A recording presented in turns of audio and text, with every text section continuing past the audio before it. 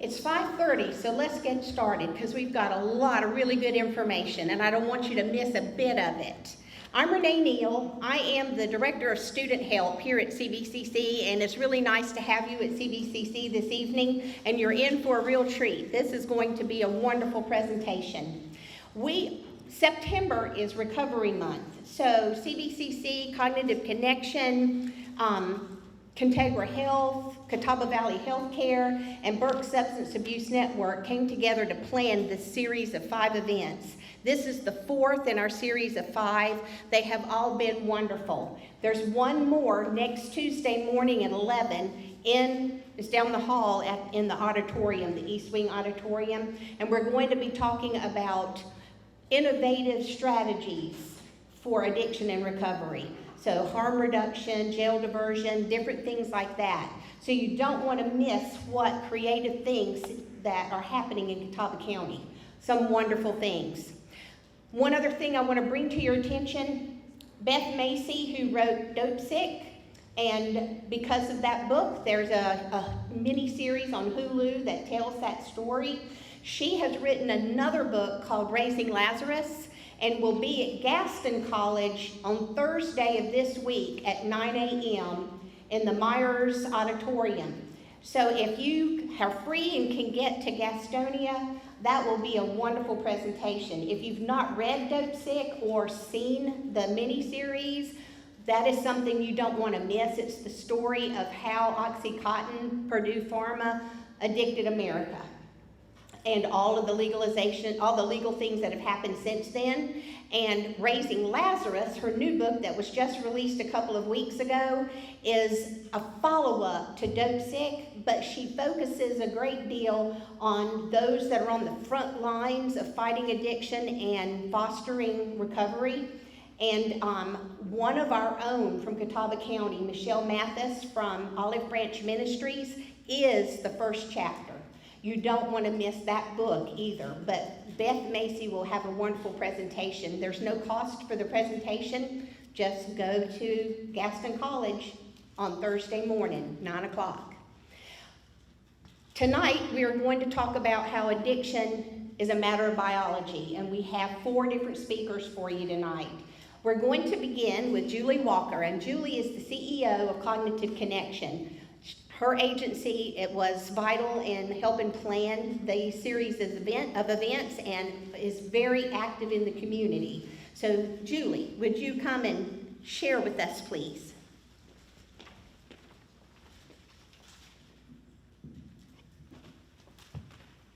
Hello, everyone. Just so excited to be here. We are, again, a substance use behavioral health provider. We've been in business now for 27 years. And with that being said, one of our movements is to actually help our communities understand the disease of addiction, because there's still a lot of stigma associated with the disease of addiction. And so what I'm going to present, it was interesting with COVID. There has been major impacts not only on physical health and access to care, but also with behavioral health care services. So a while back, it's been a month or so ago, I was asked to pull some statistics in reference to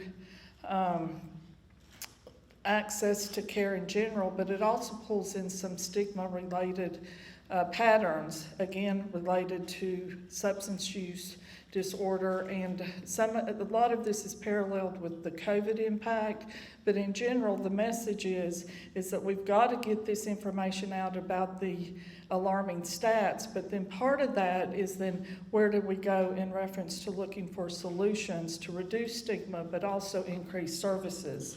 So I was asked to actually present this at a Catawba collaborative meeting, and so I'm here just to give you some stats before we go into the general program of what tonight entails. So COVID effects on behavioral health in our healthcare systems. COVID-19 reached pandemic status early in 2020 and has contributed to a behavioral health crisis.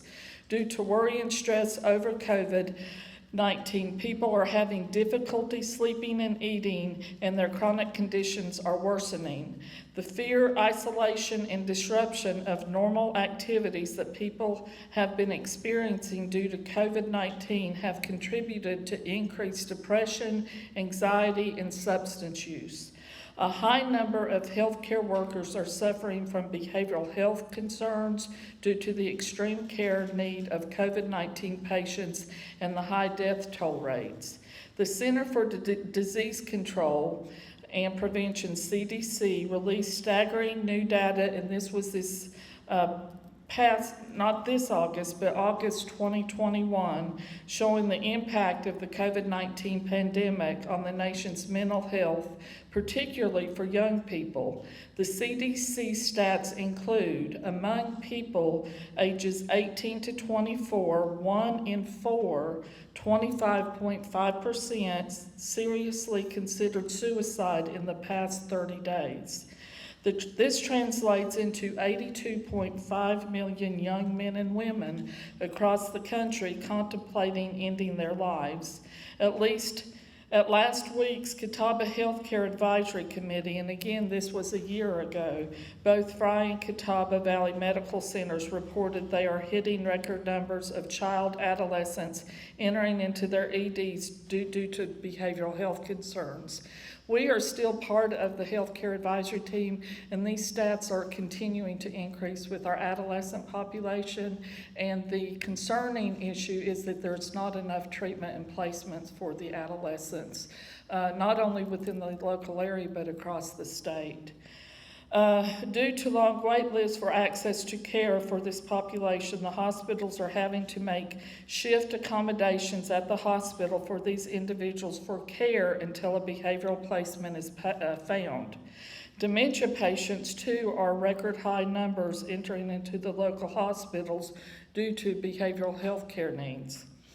40% of U.S. adults reported struggling with mental health and or substance use in the past 30 days. And that continues, that trend continues in reference to the reporting. This COVID-19 pandemic, due to financial hardships, low workforce access, and high rates of turnover, has created barriers to treatment and care for people with mental health and substance use needs. The National Council for Mental Well-Being estimates behavioral health organizations need a $38.5 billion infusion of emergency funds to avert a large-scale public health crisis, with significant portions of these emergency funds dedicated to organizations enrolled in Medicaid and serving the high-need, most vulnerable populations within our communities.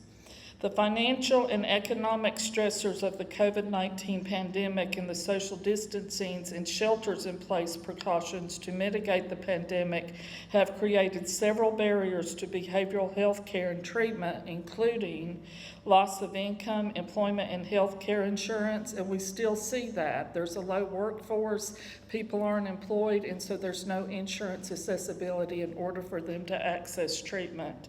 Reduced capacity and closure of mental health, substance use, and primary care facilities occurred during the COVID pandemic. Now, some of that is increasing as we're coming at the end of the pandemic into some stability. Reduced capacity for harm reduction services, disruptions of public transportation was also a contributing factor of lack of access. The Agency for Healthcare Research and Quality Improvement reports the pandemic has worsened the existing lack to meet health needs, with 64% of counties in the U.S. reporting a shortfall of mental health providers.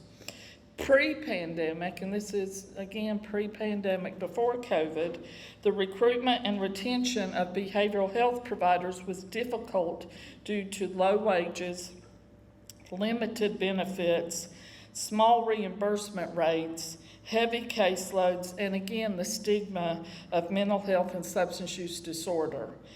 Behavioral health training was lacking for primary care providers, RNs, PAs, and collaboration was insufficient among hospitals, community mental health centers, and other community organizations. Now, this is actually moving in a different direction currently. We are now under Medicaid transformation to where now there's integrated care moving forward within the federal state side to pull behavioral health and physical health providers together to treat individuals through holistic care. The pandemic has further strained the behavioral health and primary care workforces as indicated by the Agency for Healthcare Research and Quality stats, and these stats are as follows. More than 1/4, and this is 26% of behavioral health organizations have laid off employees. About 43% of behavioral health organizations have reported decreased hours for staff.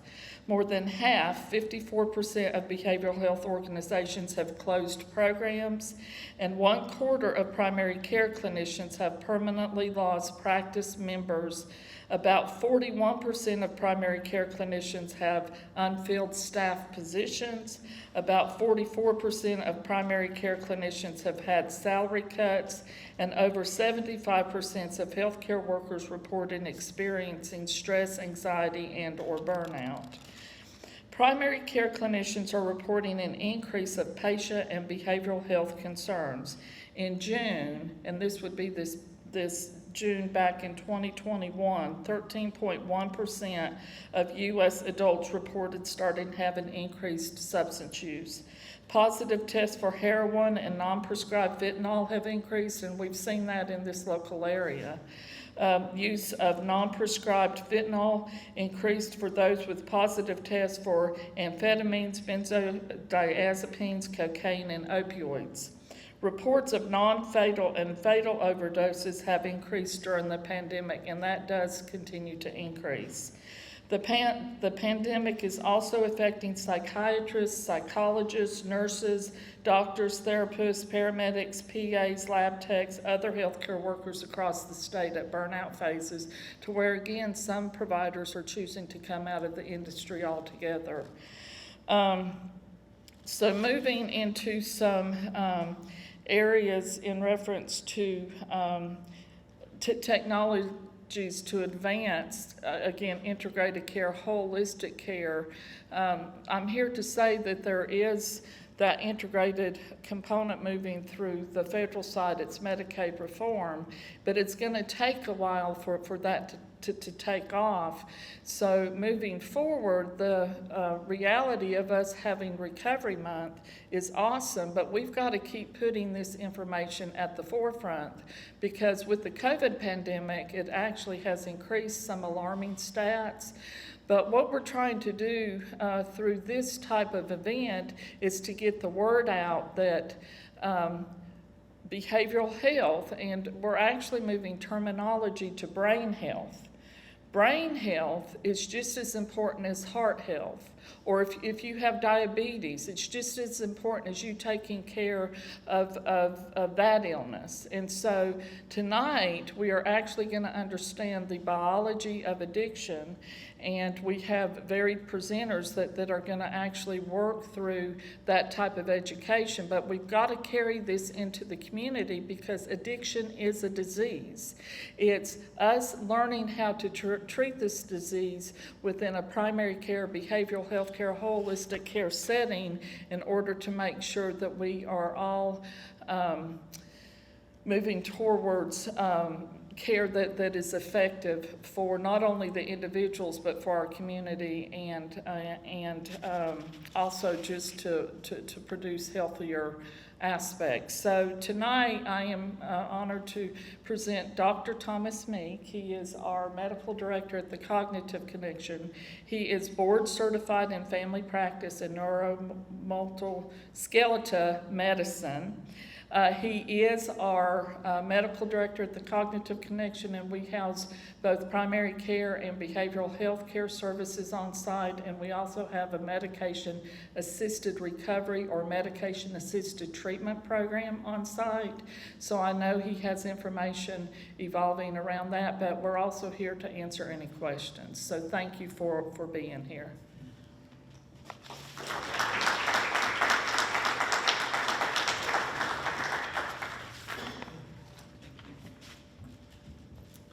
Julie. Hello, everybody. So recovery happens. Let's talk about recovery happening. It's a matter of biology, the physical and emotional aspects of addiction and recovery. So what I would really like to do, if I don't do anything else, is answer this question. It's been asked to me many times. Why do you want to work in this field?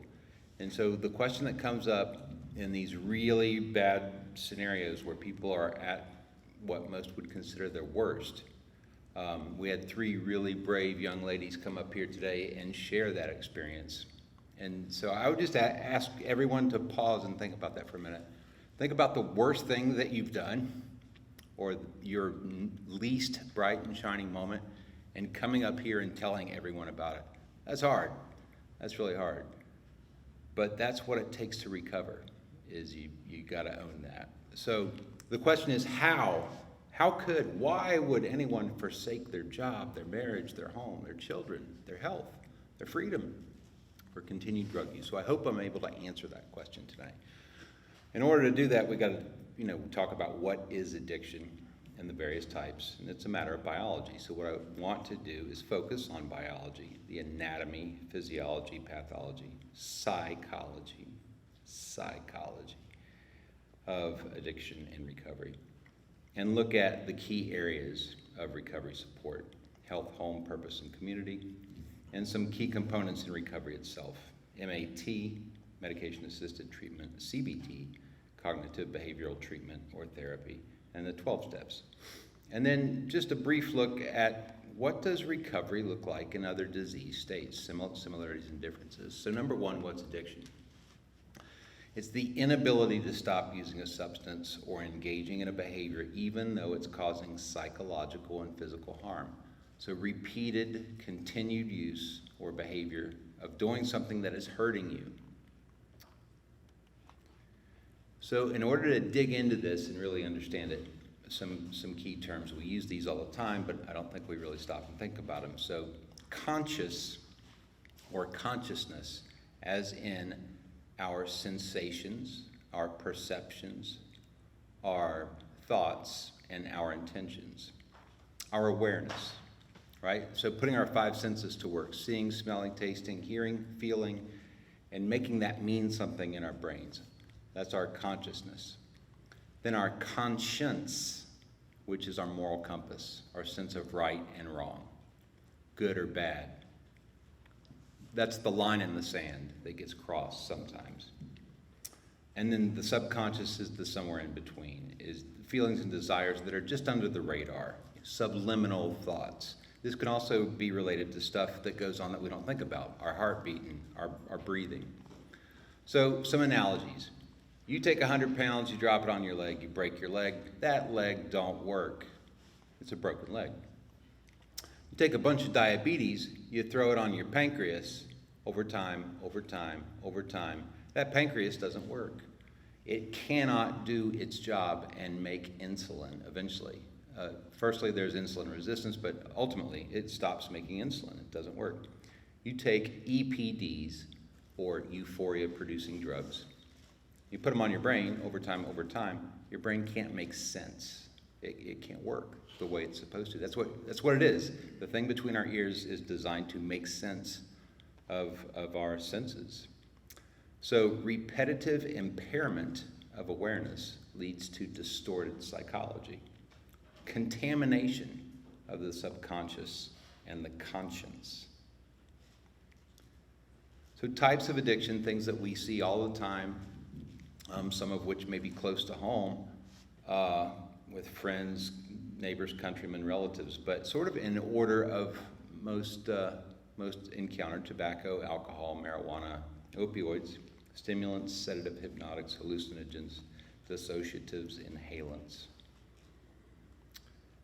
Behaviors or patterns of behavior that are not euphoria-producing drugs.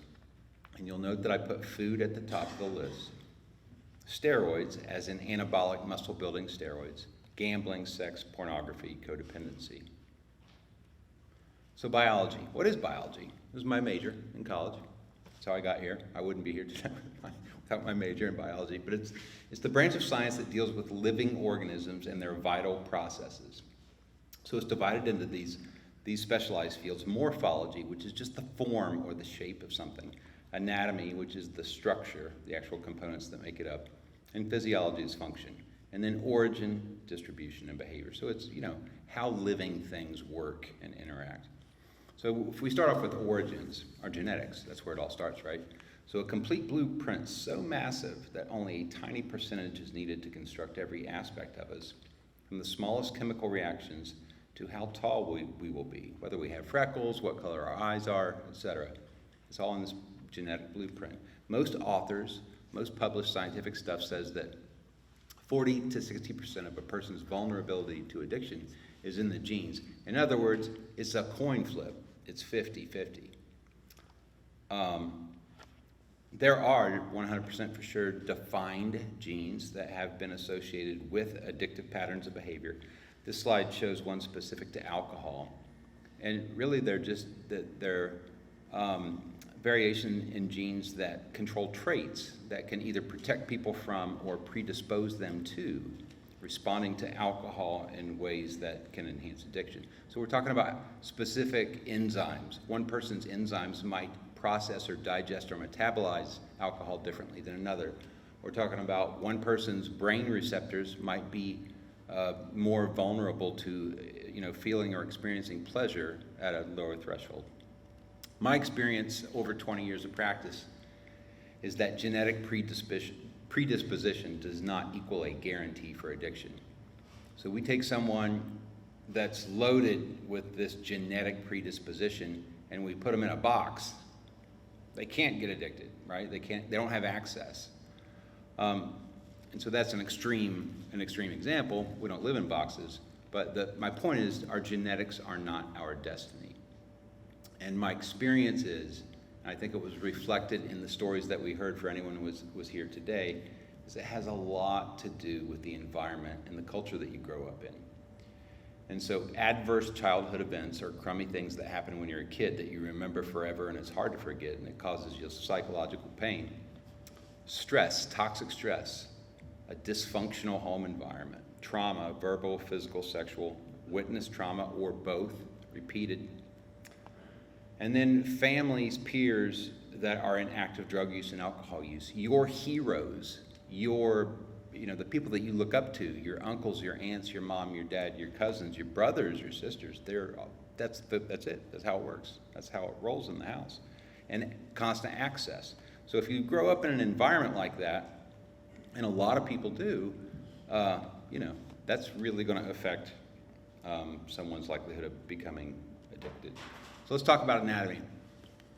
So we tend to think about our brains being up here sort of isolated in our heads, but in my training, we're taught to think holistically and that the body is a unit. And I think the brain reflects that. I want to try to show you how the brain reaches out to almost each and every part of the body, either directly or indirectly.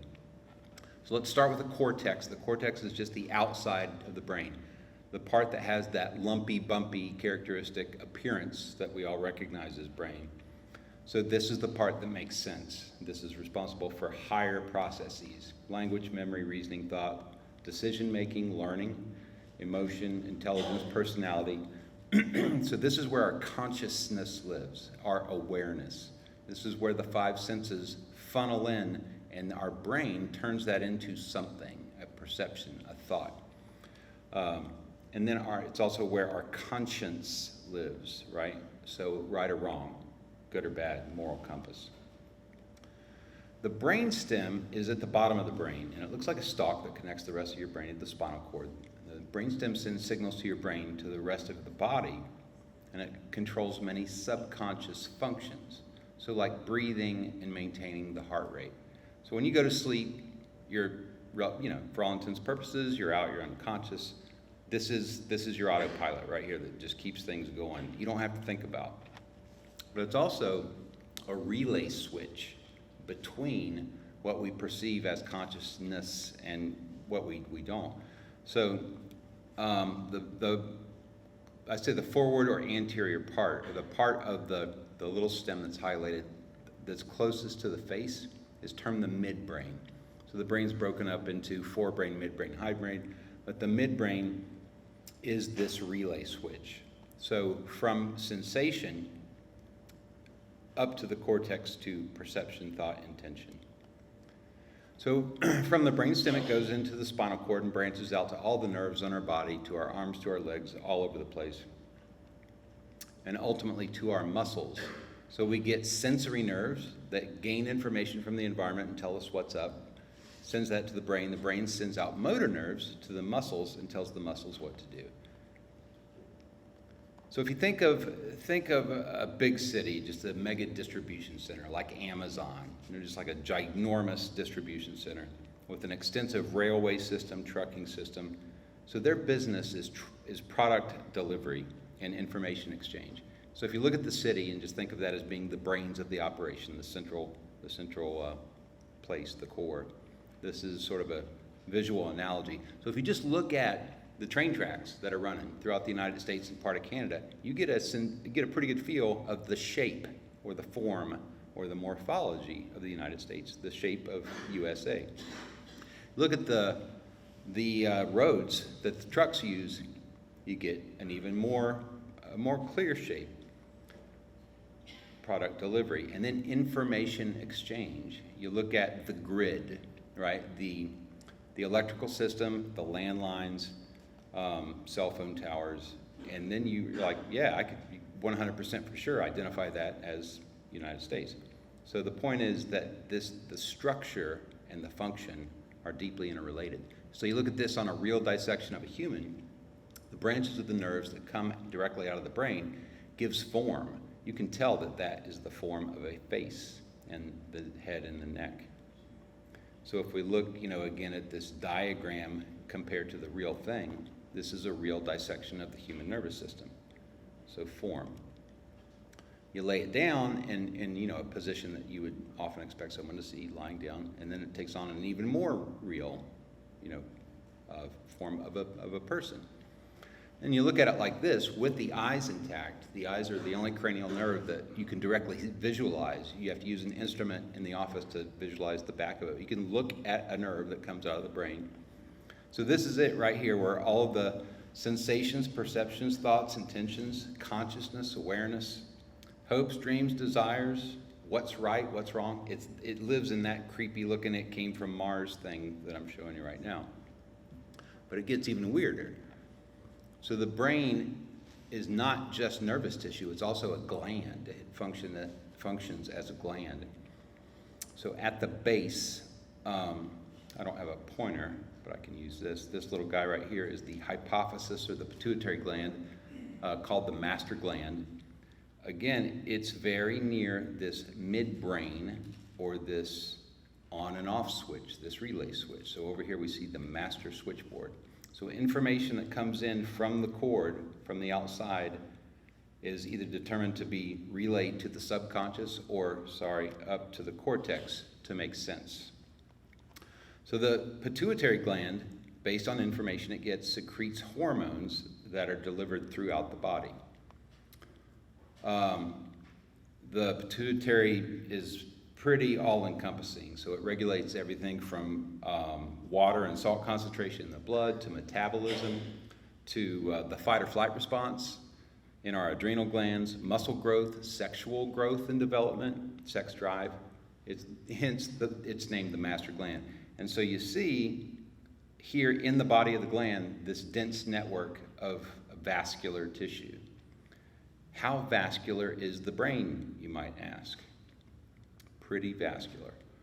So if you take all the meat, for lack of a better word, you take the pulp or the tissue that is not a blood vessel out of the brain, this is what the brain looks like. So it's got a huge blood supply. So you extrapolate that to the head and the neck, and again, without putting any skin or hair, teeth or bone on it, you can see that that's a person. And so form and function. And then also you can see the same thing, that this goes to every major organ system.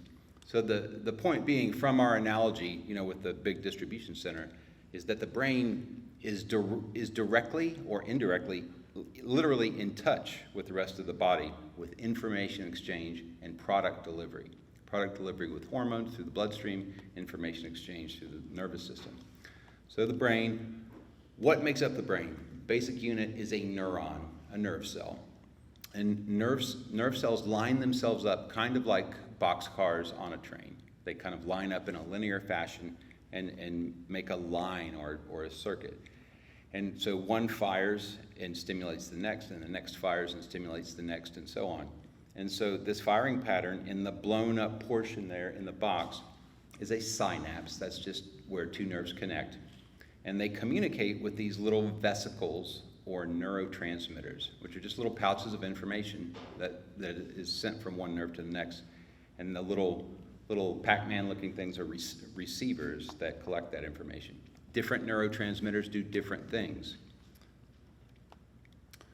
And it's the more one nerve fires to the next, which fires to the next, and so on, in a particular pattern, builds strength in that particular firing pattern. And so this is called neuroplasticity. In other words, this can change over time.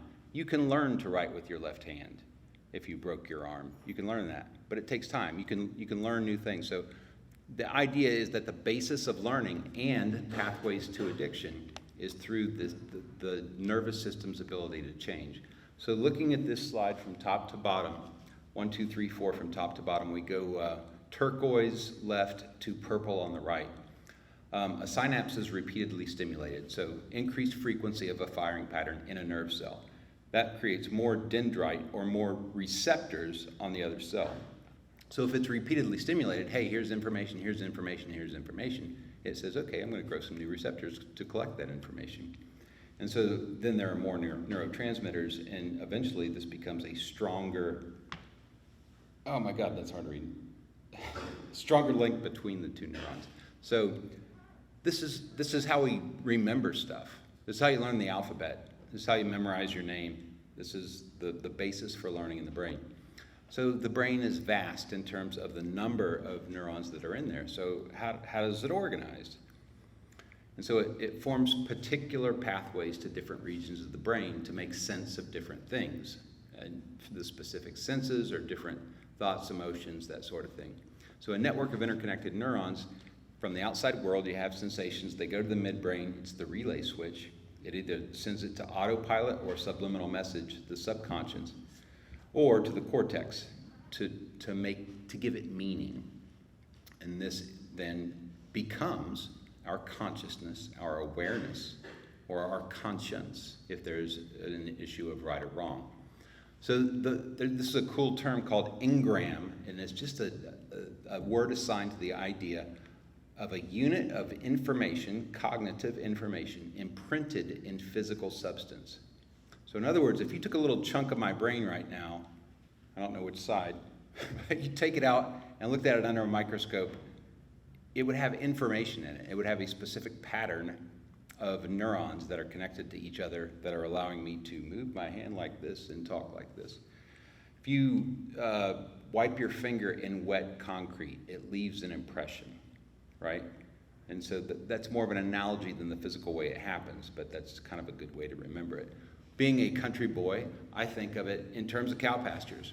You ever drive down the road, you look out in the field, and there is one path or two paths, or just a finite set of paths, and a bunch of cows, because these cows are like us.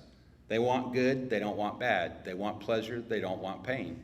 So these patterns, or these cow paths, they're very clearly marked and very deeply grooved when it goes to the feed trough or the pond or the barn, where they can get food and water and get out of the cold and the rain. And we're built the same way.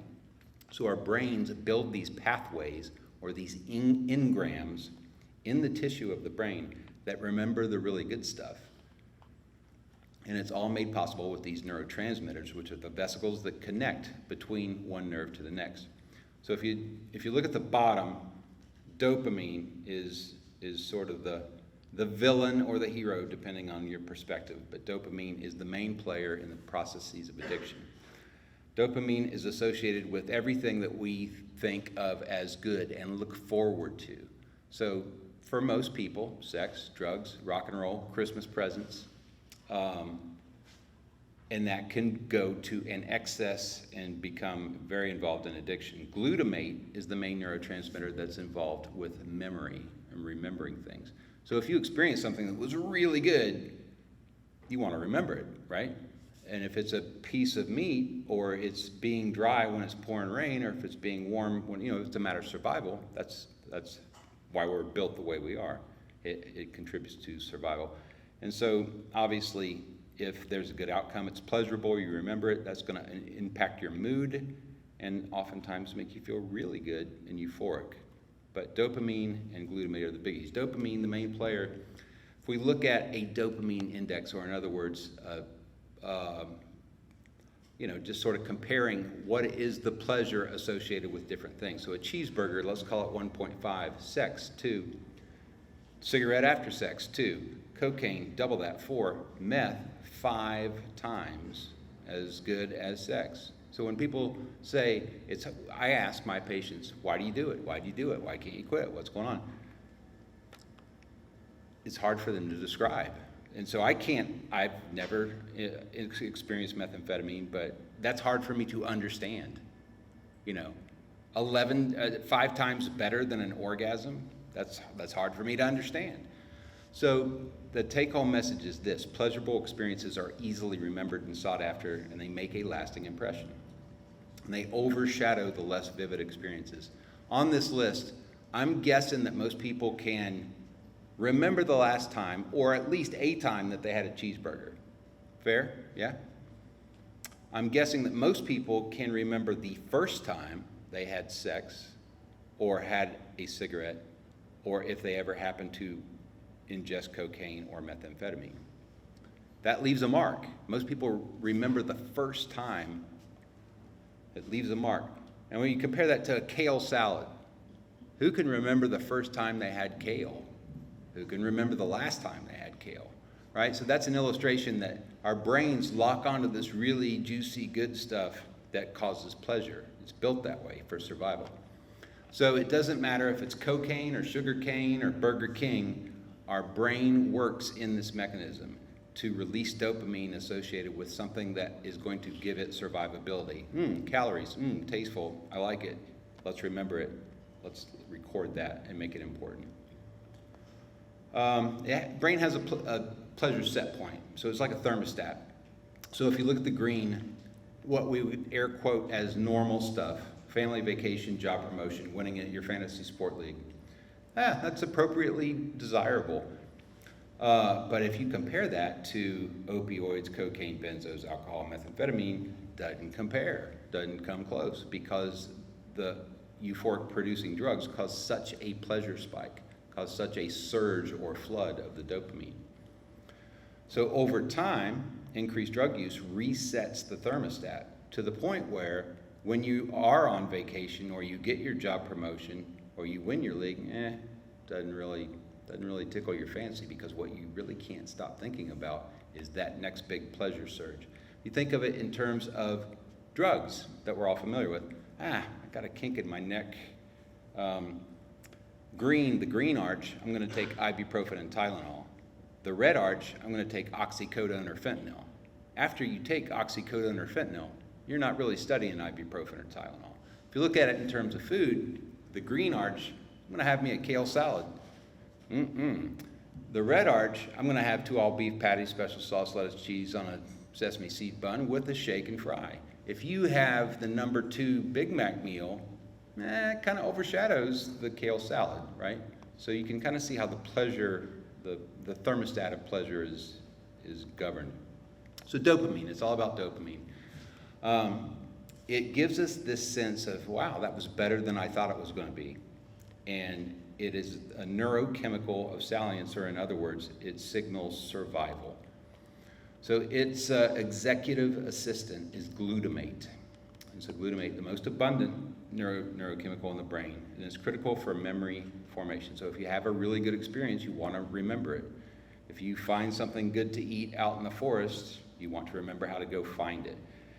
The bad part about this is the pathway that is laid down for the triggering effect of addiction. So people, places, and things, there's an association between the super crazy, can't describe it, great feeling, euphoric feeling that I got from a drug. It's going to be remembered by the things that were associated with it, where it was, when it was, how it was, a certain smell, a certain view. So all the drugs, all the euphoria-producing drugs, doesn't matter if it's speed or weed, cocaine or cannabis, those are super different things that do super different things in the brain, but the commonality is they spark this pleasure, they spark this dopamine surge, and glutamate to remember it. And so this is a pattern of addiction. So if we look at it back at our diagram of the brain, euphoria-producing drugs provide this shortcut to the brain's reward system by flooding the pathways with dopamine. This lays down the memories of a rapid sense of satisfaction and creates conditioned response to certain stimuli associated with drug use. Pavlov's dog, everyone's heard of that, right? So in other words, conditioning. So I blow a whistle, my dog just looks at me, cocks his head, is like, what? I blow a whistle and give my dog a bone, and he goes, yay, wags his tail. I blow a whistle, give my dog a bone. Every time I blow a whistle, I give him a bone. All I have to do is blow my whistle, and my dog's going to start salivating, slobbering. That's conditioning. We're not that different from dogs. So if the set point is changed, the body tries to compensate for that. Just like, it's amazing how dynamic human beings are. So you cut yourself, it heals. You don't have to do anything. Maybe put a Band-Aid on it. The Band-Aid doesn't fix it. The body heals itself. It forms a scab and it heals over it. So the brain tries to do this with an addicted brain. So if the synapses in this long-term potentiation from top to bottom, 1 through 4, tries to make the signal stronger, stronger, stronger, reinforced, more efficient, eventually it's going to get to a point where it's maxed out, and it's difficult to record any new information in that particular pathway. So the brain tries to reverse it, and does. And it does so by getting rid of these receptors, or downloading, or down-regulating the receptors. It's a check and balance system. So in addiction, this happens. You have less receptors, the neurotransmitters can't bind to the receptors, you have less of a dopamine surge. So fewer dopamine receptors means more dopamine needed to have a normal sensation. And this equals a constant state of, don't feel good, don't like this, not feeling any pleasure. What's the opposite of pleasure? Pain. People are walking around feeling bad. This creates craving. So everyone knows what craving is, maybe not with euphoric producing drugs, but whatever, whatever. Big Macs. Most people have had a craving for a Big Mac or a Coke or an ice cream or food, right? We can all relate to that. Now multiply that by 5 or 6 times. It's intense. When you're hungry and you're trying to lose weight, I am not going to get a kale salad. I'm hungry. I want my fix right now. I'm going to go through that drive-through and get my Big Mac. I'll start working out tomorrow. That's what this is about, only multiplied by 5.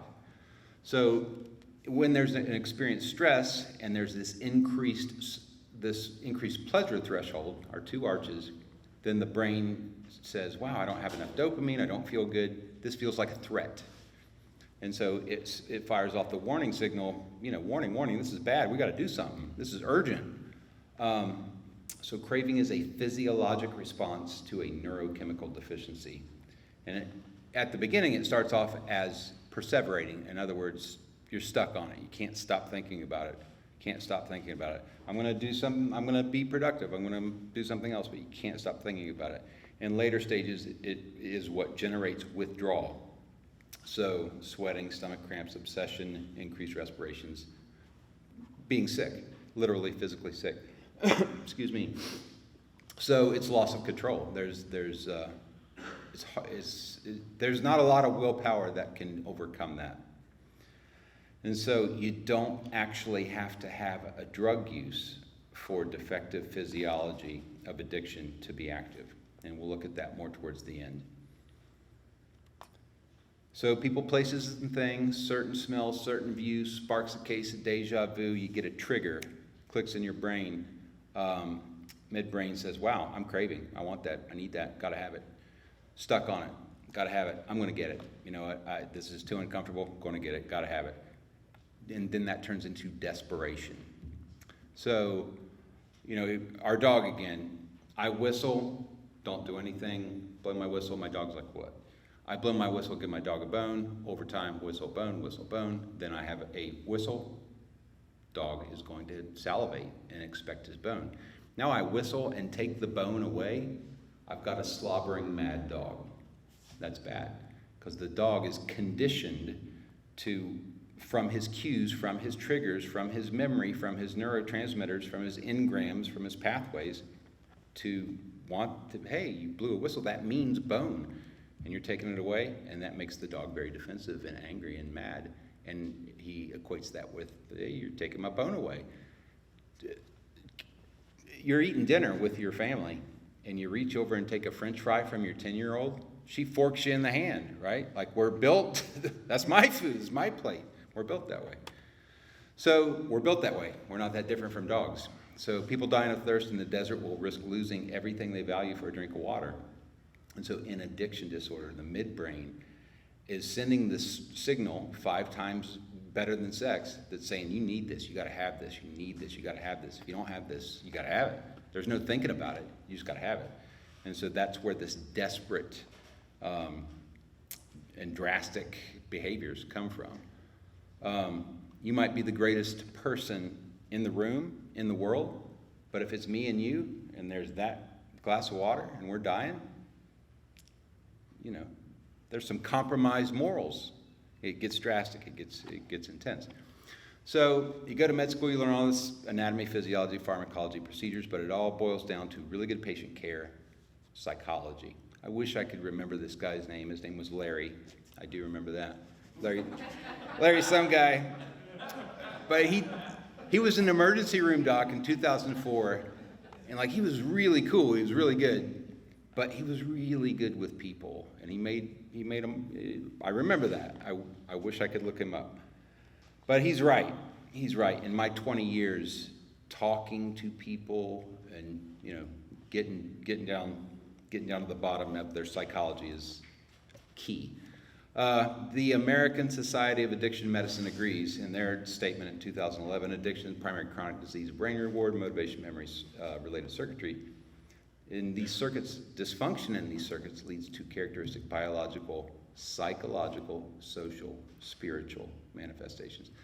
So when we talk about our psyche, we're going to look at slides at this, but you know, when we get into desperate, deep waters, and we're talking about survival, people start getting down on their knees and asking for help. They get desperate. They want, you know, it gets into the spiritual side of things. And their families do too, right? So in psychology, we talk about our psyche, or our psychologic energy, which is our, you know, at least by this definition, is the human soul, the mind, the spirit. Us, our sense of self, our sense of purpose, our conscience, what is good, what is bad. Psychic entropy is disorder. So whenever information disrupts consciousness by threatening its goals, we have a condition of inner disorder, or entropy, a disorganization of the self that impairs its effectiveness. So then over time, there's psychic atrophy.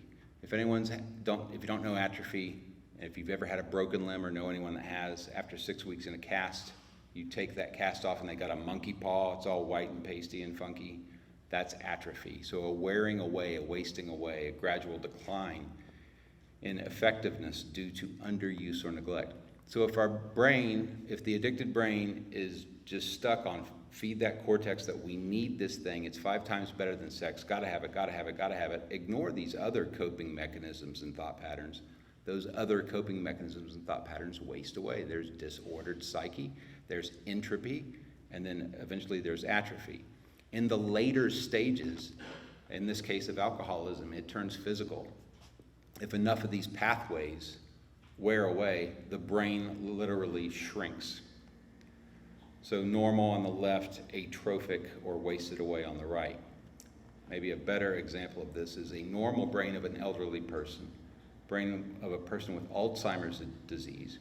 Alzheimer's is a condition of decreased memory over time and decreased function over time, decreased use of these pathways, atrophy of these pathways, and eventually atrophy of the brain tissue itself. And so there it is on the bottom with alcoholism, even more profound looking. So, you know, order to disorder, disorder to wasting away.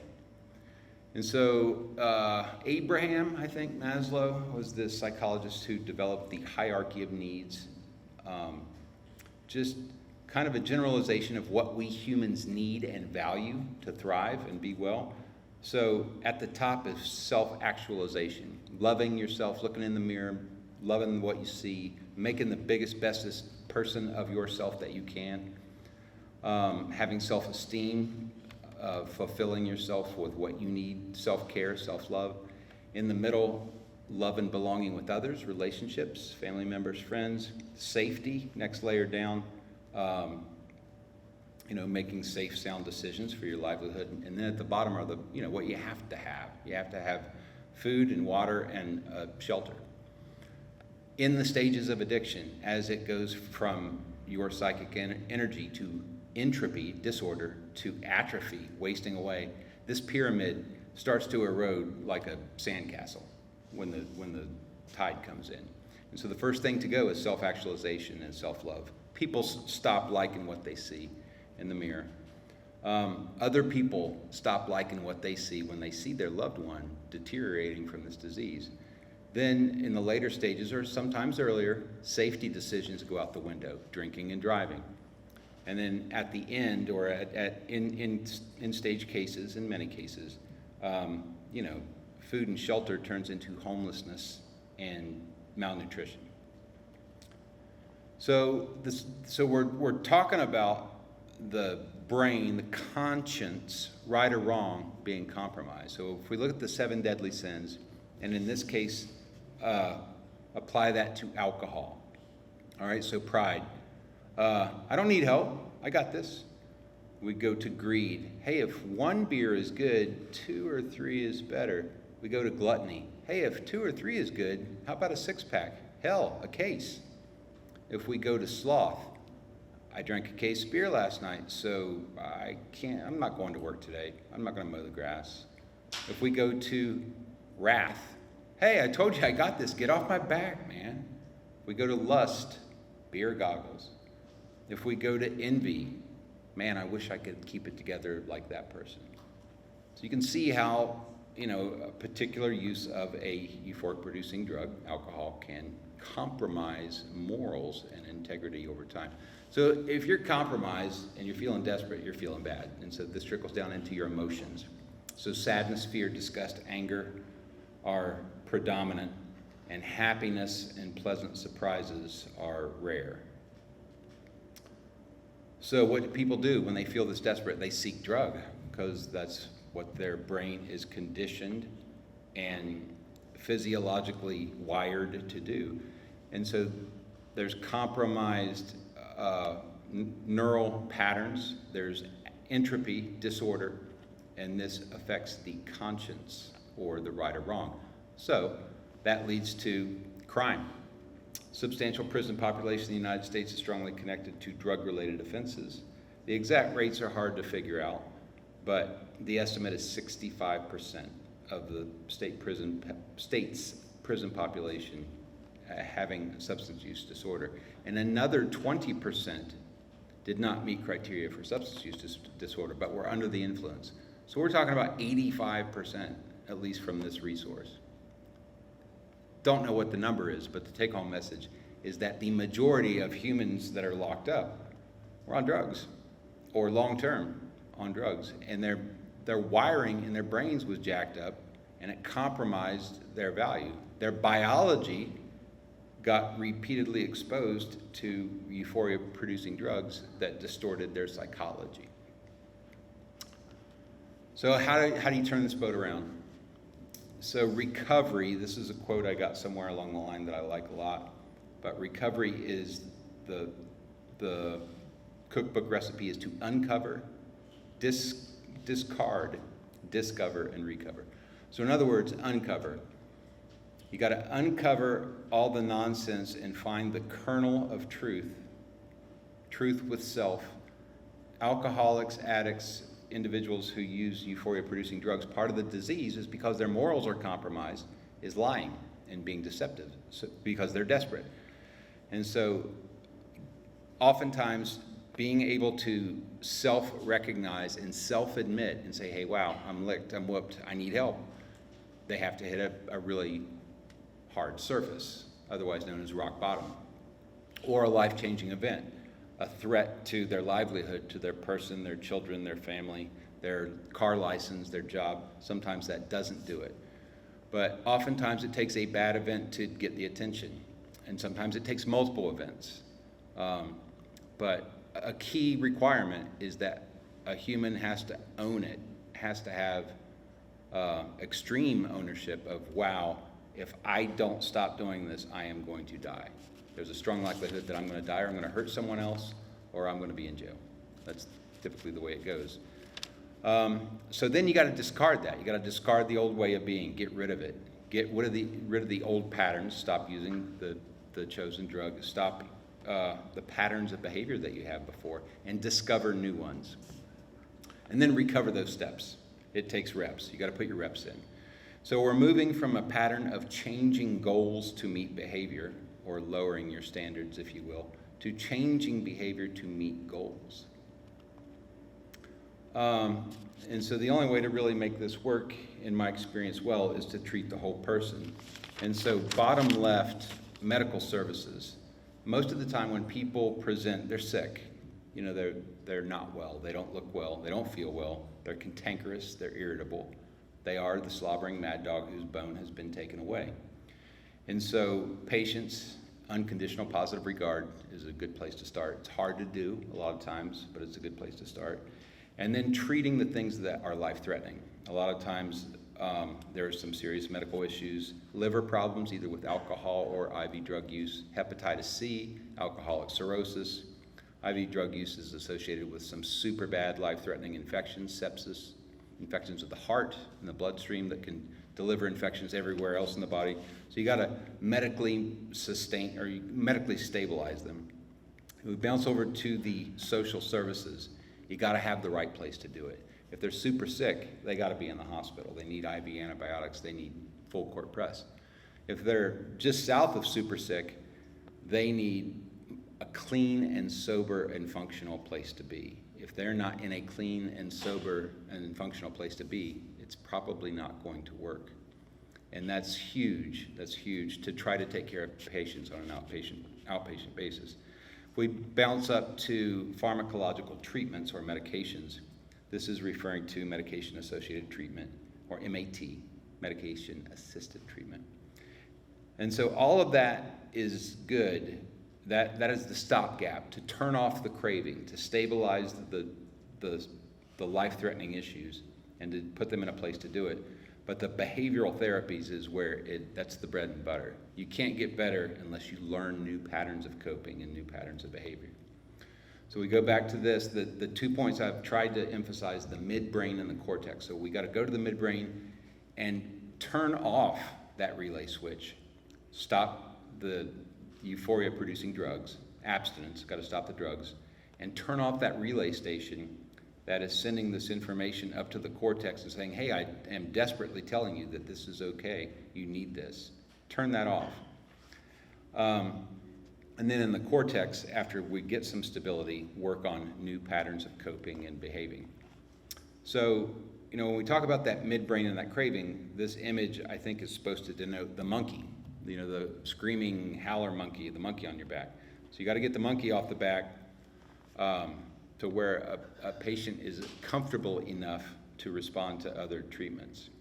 And then you got to build the cortex with traditional treatment, counseling, 12 steps, spiritual growth. So I really like this slide because I wish I would have thought of this. I actually borrowed this slide from a colleague. But MAT, medication-assisted treatment, should maybe be rephrased as treatment assisted by medication.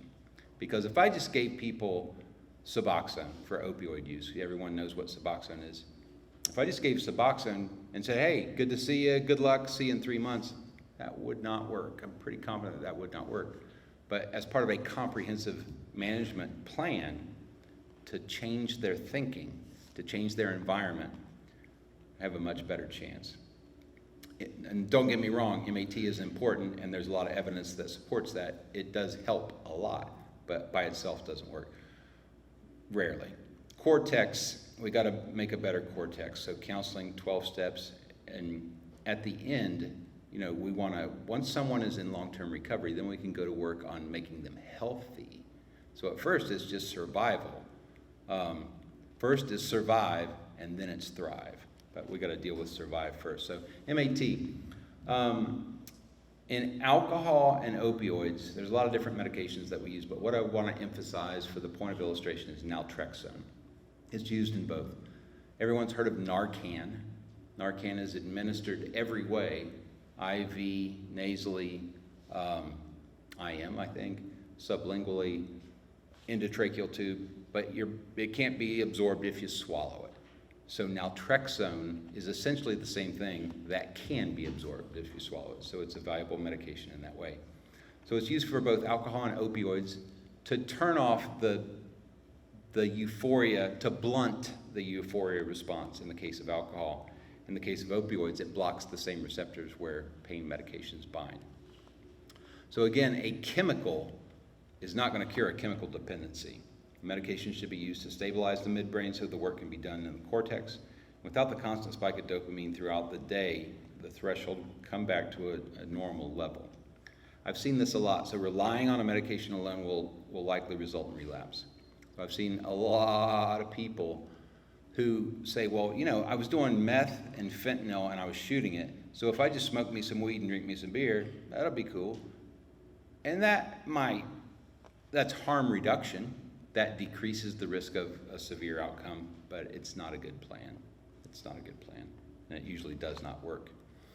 But if you keep the plan going, if you have medication-assisted treatment in place over time with abstinence and with continued work towards developing new thought patterns, the gain comes back down to where there is a more normal threshold for the experience of pleasure. But this is delicate, and there has to be maintenance. So we got to take the cortex to the gym. Coping skills and avoidance of what we talk in the jargon as stinking thinking. Getting stuck in negative thinking patterns or falling back into rationalizing, justifying behaviors. One of the books I read talked about leaving the door cracked open. I see patients a lot of times that they're doing everything right. They have negative urine drug screens, they're coming to group, they're doing everything right, they're taking their medication, but they put themselves in these really bad positions that gives them a chance to relapse. And so, you know, trying to address that. Spirituality is huge. So we talked about desperation. People get together with God if they have a relationship with a God. When things get desperate, it's, you know, what's the thing? There are no non-believers in a foxhole or something like that. Anyway, spirituality is a good tool to use to help as a motivator. So cognitive behavioral therapy is really just a pattern or a designated way to teach people new coping mechanisms, new thought patterns, new ways of addressing things that were maladaptive. So if they have psychological problems, trying to get rid of unhelpful or faulty ways of thinking, unhelpful learned patterns of behavior, and developing better ways of doing it. It takes time. Again, emphasizing the spirituality and personal development. 12 steps, been around forever, not really, about 100 years, not even, 80, I think, which is hard to believe because you hear about it so much. Most people associate the 12 steps with alcohol, but there are 12 steps. So there's Alcoholics Anonymous, there's Narcotics Anonymous, there's Cocaine Use Anonymous, there's Overeaters Anonymous. You can apply, it's a really good template. It's not just for alcohol, that's the take-home message. It is a very good template that is assigned towards a spiritual path. Some people don't believe in God, that's okay. GOD can be the gift of desperation. GOD can be a group of drunks. But putting yourself in a position where you have a common goal with other people that are trying to do the same thing with the 12 steps. It's 24/7, 365 available. It's free. That's a big deal. That's a big deal to have access to therapy and support that is free. So essentially, the first 2 or 3 steps are recognition and ownership of what's going on and asking for help. Steps 4 through 7 are taking a deep dive into some of the behaviors that have been going on. Steps 8 and 9 are trying to make amends with people that may have been harmed along the way. And 10, 11, and 12 are essentially maintenance, walking the walk, walking a better path, practicing better coping mechanisms, practicing better behaviors, holding oneself accountable, and sharing that with other people. So these were the outline bullet points on the brochure that we have: health, home, purpose, community. I think we've kind of hit those, but health, you got to put out the fires first, and then as people stabilize, dedicate a more global approach of wellness. People, first you got to be able to survive before you can thrive. So you got to put out fires and stabilize people, and then over time you can really push towards wellness and rebuild that pyramid to where you're shooting for self-actualization, making the bestest person that can be, maximizing potential. Home, the environment has to be a safe, clean place. If a person, I see this a lot, people have a good chunk of recovery and they're like, I got this, I'm going to go live with my cousin Joe, who, he just smokes a little weed, drinks a little beer, no big deal. That's not a good idea. That's not a good idea. That's also not realistic, right? So I balance saying that with, again, if you're in this set of social circumstances or this culture, or your family, that's their way of being. That's what they did, That's a tough one. So sometimes that means moving. Sometimes that means living in a sober living environment like Oxford or Exodus. Purpose. So again, going back to that spiritual, the spiritual line. There's not a lot in the practice of medicine, to me, that is more fulfilling than to be a part of trying to help someone get better. And they literally go, in some cases, from a menace to society, to a contributing member of society, to a pillar of society. That's freaking cool. But it takes a lot of work. Dr. Meek can't write a prescription and do that. It takes a team. That's important. That's important. And it's important for patients to know that. That goes back to the buy-in. In order to get this done, you got to be all in. You got to commit. You got to put everything else down, or this is not likely going to work. And so community, the resources in the community. It takes a village to raise a child. It takes a village to help someone recover. And so that's what we're here for, right? Is to ring the bell and sound the alarm that there are resources available in our community that are really good and accessible. And so this is just more of a slide reiterating, first of all, addiction is a chronic disease, like other chronic diseases, and it takes chronic treatment. People often say, oh man, you're replacing one thing with another, you're just giving them Suboxone instead of fill in the blank. Yes, true story, am guilty. But I'm doing it in a controlled way, prescribed, monitored by the DEA, online, urine drug test, random drug screens, medication counts, and they can't get the medication unless they consent to being in a full court press treatment. So I'll take that. Once someone gets to long-term recovery, we have to avoid complacency. People get to a point and oftentimes they'll be like, well, I can go to this bachelor party, or I can go to this wedding, or I can go to this funeral, and I know Uncle Ted's going to be there drinking, but that's you always have to be aware when you're in this situation of long-term recovery. So recovery from other things that are not euphoria-producing drugs. We had this slide down at the bottom. You don't actually have to have drug use for the defective physiology of addiction to be active. And so I think something that we can all relate to is making suboptimal choices about nutrition. Hyper-processed, super fat, super greasy foods, cookies, cakes, pies, pastries, it's everywhere. You can't go fill up the gas tank with that. It's everywhere. It literally is everywhere. So when we talk about a toxic environment, from a nutritional standpoint, this is true. And again, it doesn't matter to your brain whether it's cocaine or sugar cane.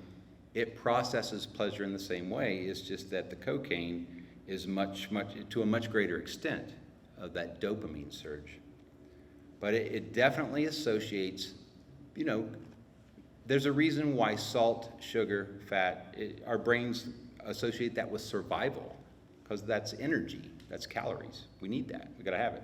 So your brain says, get all you can, as much as you can. We're all familiar with this, right? Getting caught with your hand in the cookie jar. So this is from an early age. From an early age, our parents tell us, hey, if you eat too much of that, it will cause negative things. It's likely that you'll become overweight, or you'll have health problems, or it will mess with your teeth. So take it easy on the cookies. But in a kid's brain, or anyone's brain, the response is, whatever. Have you ever had a chocolate chip cookie? Your brain goes, that's good, it's good, I gotta have it, need it. So much so that even though I know my mom or dad is gonna kick my butt, I'm gonna sneak in there and get a cookie. That's what humans, that's a thing. It's how we work. And so, that's powerful, it's powerful stuff. So again, using that as a baseline for, that's sort of innocent, right? Like that's sort of a cute, innocent picture, kid with his hand in the cookie jar. But you multiply that urge by 5 times greater than sex, and that just gives you some sense of what we're dealing with euphoria-producing drugs. If you look at that picture and you say, oh, that's innocent, and it is, but over time, over a lifetime, it loses its cuteness and leads to problems. And so for most people, if they keep their hand in the cookie jar, I looked up this fun fact just because. The average ingestion of sugar for most Americans is 57 pounds a year. 57 pounds of sugar. If you eat sugar over time and processed food and fat, your body has to deal with that. And it's hard to deal with over time. And so your pancreas has to make insulin to deal with all the sugar. Over time, it can't keep up. The insulin receptors become resistant, and eventually the pancreas stops making insulin. So then you have the situation where you have all this sugar, sticky, ooey gooey sugar, and all this cholesterol, oftentimes hand in hand, in your bloodstream. It's got to go somewhere. The mechanics are messed up to where it can't be taken up and used as fuel. So where does it go? It builds up as a plaque or a gunk, just like a stopped up plumbing in your house. This stops up your plumbing. And if it happens in your heart, it's a heart attack. If it happens in your head, it's a stroke. Almost always these are associated with overweight or obesity. And so overweight and obesity are associated with a bunch of different cancers. So my point here is the number one leading causes of death in our country are things that are totally preventable. And things that, even though we kind of poo-poo them and think of them as benign, they're not. They're not at all. And I think, I'm careful not to, because I have a hammer, everything's a nail.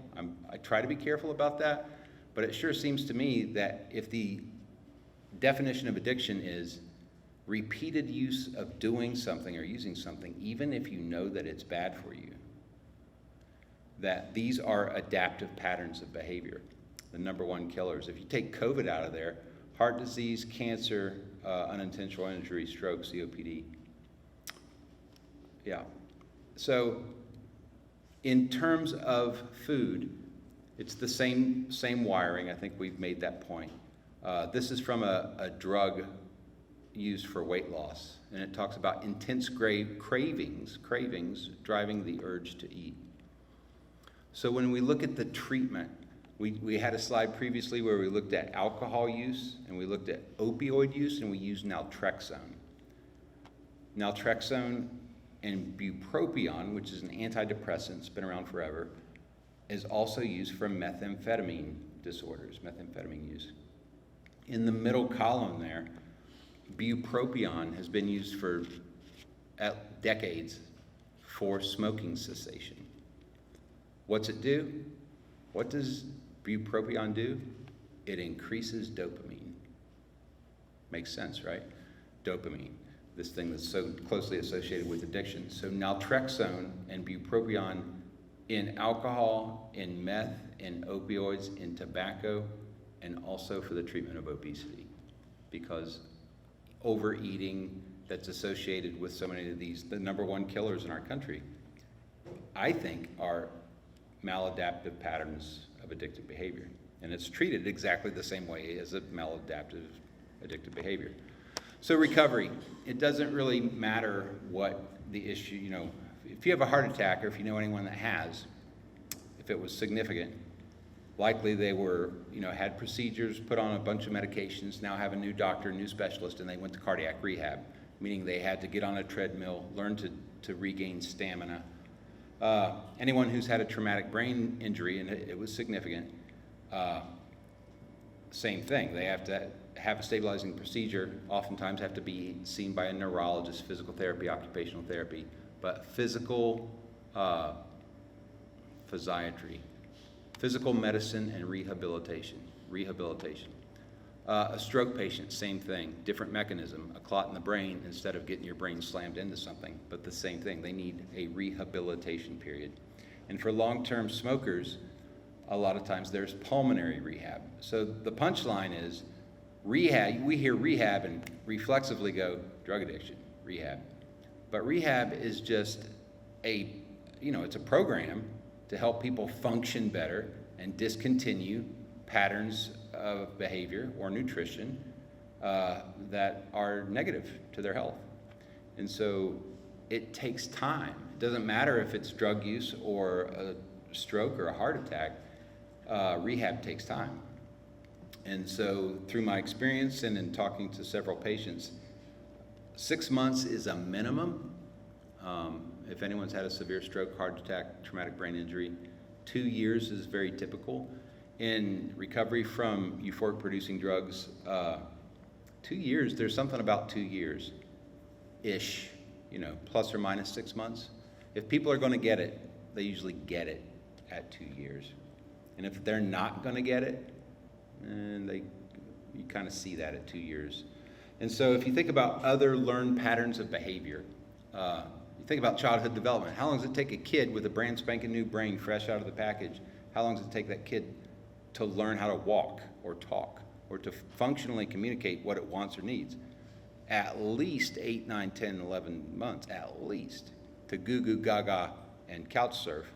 But it's more like 18 months to 2 years to really do it well enough to where you can understand what they want. And then other learned patterns of behavior. If you do something different, learn, hey, here's a guitar, figure that out. Play me a song. Here's a Spanish book. Let's have a conversation in Spanish. It takes time. It takes time to learn new stuff. And so that's what this is all about, is learning new stuff. Recovery. Last slide is just highlighting some of the points that I wanted to make, and hopefully I've made them all. Hopefully that's helpful, and that's all I got. Can I drop the mic? So. Any questions? Yes, ma'am. Okay, I know, my name's Casey, I'm in recovery, but you were talking about NA. I know it's really hard now since COVID to find NA. Is there an easier way of, I would defer my question maybe to Kristen, if I may. The answer is I don't know, but I know somebody who might. Sure. So during the height of COVID, we referred a lot of our clients to Into the Rooms. It is online NA, AAP type of support. You can get on it any time of the day. But most recently, NAs are starting to come back in Catawba County. You can just go to NA, Google NA, and put in your county, and you can get the most recent up to date. But Into the Rooms is a great place to join. 2 o'clock in the morning, you have a thought or a craving, get on that, and you can definitely, meet some fellow people and start to feel a little bit better. thank you. Cool. Yes, sir. I have a question.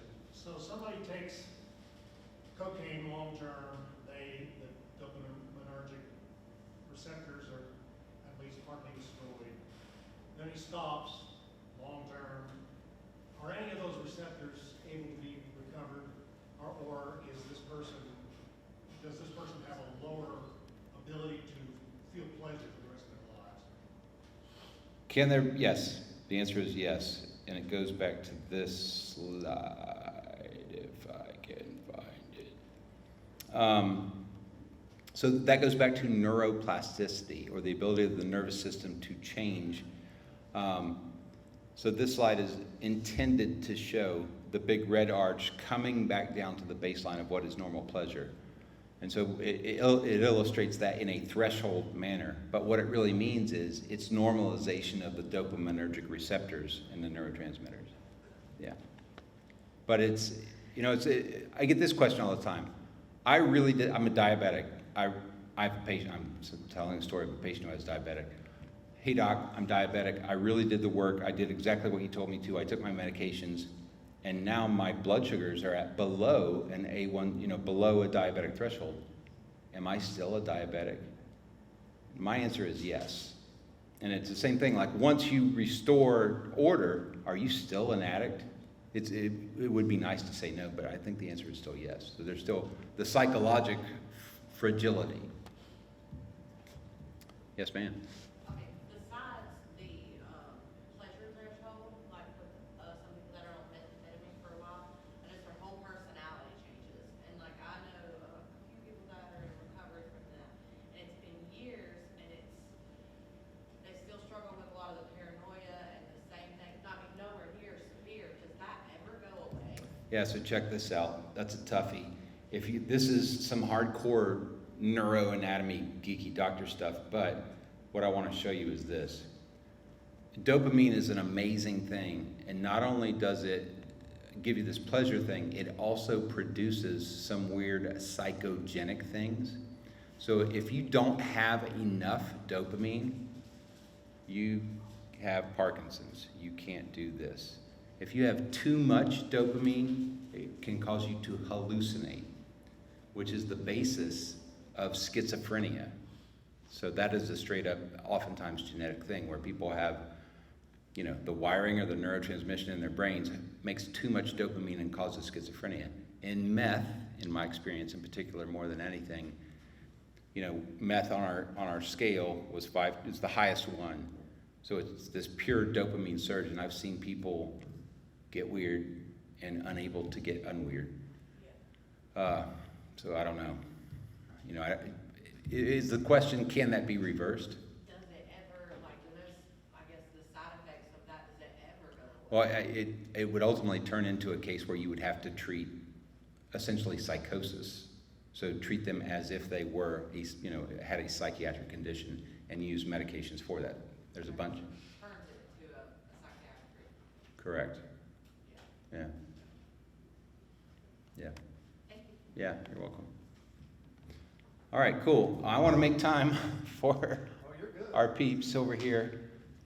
And I'm sorry about introductions. I'm afraid I'll blow it, so I'll hand you the mic. Yeah, that'll work.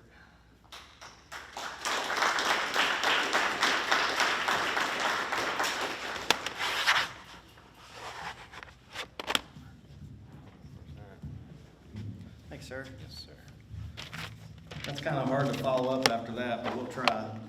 And we'll actually try to keep you till 7. So, I think one of the things that Dr. Meek said, and I've heard him say it before, is that it really takes a village or the community to help individuals recover. And so how we can address that is that we've got to build that village, because that village is not always there, right? Because the predominant thought about somebody who is using is what? What's the predominant thought? Avoid them? Avoiding them, yes. But that what? It's a morality issue, right? It's a conscious decision, right?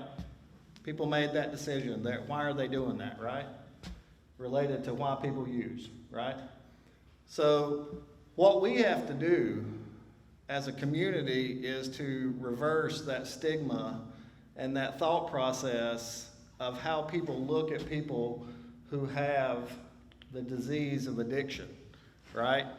So that's why we have to get the community to talk about it as a health condition, as Dr. Meeks talked about, that it is not a morality issue. It is not a choice. It is a disease of the brain. And so if you've heard about the Catawba Alliance for Recovery, which our booth is back there, our table is back there, what we talk about, and Julie talked about it from the COG, is brain health. So when you talk about mental health, do we have positive thoughts about mental health? No. When you hear mental health, do you get a positive thought? Right? So we have to change our language, because the way that we talk about it, whether we suffer from it or not, impacts how other people see it, right?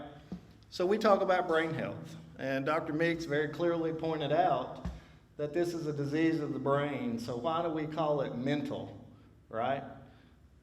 Why do we? It's because the professionals, that's the way we termed it, and we're professionals, so we've got to change that language. It's not just how we talk about it, it's from a professional standpoint and just in the community. Because if the community understands that what we're talking about is a disease of the brain, then we talk about it like any other disease of the body. When you talk about heart health, does anybody think that there's anything negative about heart health? We don't get negative thoughts. When you think of a heart, you think of that. You either think of the Valentine's heart or you think of the physiological heart. When we think about mental, we think about bad things. You think about shootings, you think about negative things. But if we talk about brain health, and I say brain health, what do you see? You see the brain, right? You don't think negatively. If everybody pulled out their smartphones right now and Googled mental health, I guarantee you, because I've done it, that you probably have to get through 2 pages of search information before you find something positive related to mental health. And it's getting there because of COVID-19, because of everything that's been going on, but we need to change the language altogether. Because if the whole body is one unit, then we have to talk about health the same way. Instead of using adjectives like mental, we have to use brain. Go ahead. So exactly where is the line of normalcy defined between some, I know you can look at someone who has obvious mental health issues, but a lot of people that you walk past that has mental health issues, you never know. And if they do have, then exactly who differs between normalcy to mental health issues? Because everybody I've ever met has issues somewhere. Well, that's the reality of everything. We all have issues. You know, That is reducing I the mean, stigma. I Right. can't speak on it because a lot of people will be quick to say, this person has mental health issues. Hold on, let me tell you a little bit about, the person sitting here making the accusation. right. I think that's part, I don't need this. I think that's part of reducing the stigma too, is understanding we all have issues, we all have a history, and we all have experiences. And yours might be more obvious because you're screaming or yelling or pissed off, and I might be more quiet, but that doesn't mean that neither one of us have issues, right? So I think that in and of itself is reducing the stigma and understanding people are acting a certain way for a reason. Nobody wakes up and wants to, upset their family. They don't wake up and want to use and not take care of their children or not go to school or do the things that they're doing. Nobody wakes up and wants that. This is what happens, and then they end up there. Thank you. I just Yeah. always wanted to ask you that question. Yeah, I think, and I'll pick on Jamie because Jamie's up here. Jamie's heart and my heart, you can't see our hearts. You can't see how our hearts operate. So Jamie could have, an arrhythmia, or I could have, a pacemaker, and you'd never know that from looking at us. So there is no real definition of normalcy. It is about getting the treatment that you need for whatever condition that it is. And some of us are more vocal about it, and some of us are a lot more closed off about it. But I will tell you, as a practicing clinician, depression is the scariest brain health disease that there is to me, because it's the easiest one that somebody can hide. If somebody suffers from schizophrenia or bipolar or Personality disorder. what? Anything else? Yeah, you know, there are signs that people have those conditions at some point in time. There are people, and we see them every day, that walk down the street and you don't know that they're hurting, you don't know that they're suffering. And so, you know, to me, we've got to get to a point to where people feel like they can walk into a doctor's office and get the treatment that they need, and not feel like, if I say, hey Jamie, I'm really depressed, that she's gonna think that I'm crazy, because that's what we hear. You know, people will say, why did you wait so long to get help? Well, I didn't want people to think that I was crazy, you know. And typically the way that I describe it to them is that if you had an issue with your heart, you'd have no problem going to a cardiologist. So if there's an issue with your brain, why is there the fear of the psychiatrist?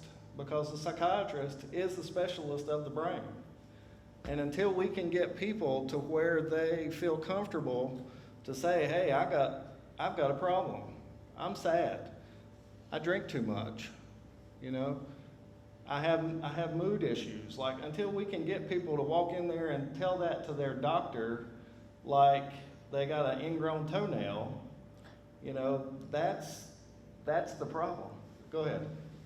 Also, the psychologist, I know, four beautiful children I went through a very traumatic experience, and they needed therapy. And the wait list was 4 months out. One of these children was 5 years old and went to a very traumatic situation, and the soonest available time that they could get her therapy is 5 months. So, especially, like, trying to handle it early is what we were trying to do, so she didn't go on later on in life. But it's like, if you have that much of a waiting period and you're struggling with depression, Yeah, it sucks. I mean, there ain't no other way to describe it than it sucks, because, you know, as Julie alluded to before, and most of the professionals in the room know, is that that's our struggle, because people aren't going into the profession, or they're so backed up because of the need that we can't see everybody that needs to be seen. But we're working on that. I'll speak on that. Personally, I have depression, and I thank God that I'm on medication and I have a doctor. But I know if I did and I wasn't able to call my doctor whenever I was in, that I'd be dead. I'd be dead. No doubt. I'm gonna keep myself. I tried it multiple times, and if I couldn't reach out, I had somebody to reach out to, and I can't imagine how these other people feel that don't have anybody to. Or won't. That are already established with someone. Yeah. And I think, as Dr. Meek said, you know, to that point, is that it takes a village. It takes a village as much to support people as it does to treat them.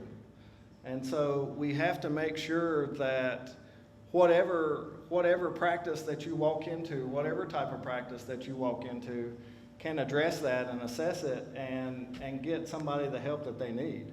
And that's going to be our next hurdle. But, you know, that's a hurdle that's a great improvement to where we have people that won't even reach out and, you know, are just walking around feeling the way that they do, feeling like they're isolated, feeling like there's nobody there to help them. And we're all there, you know, but they're scared to reach out.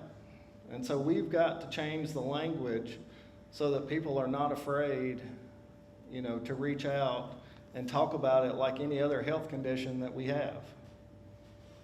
We're good for 5 minutes. All right, we're good. Y'all got questions for us?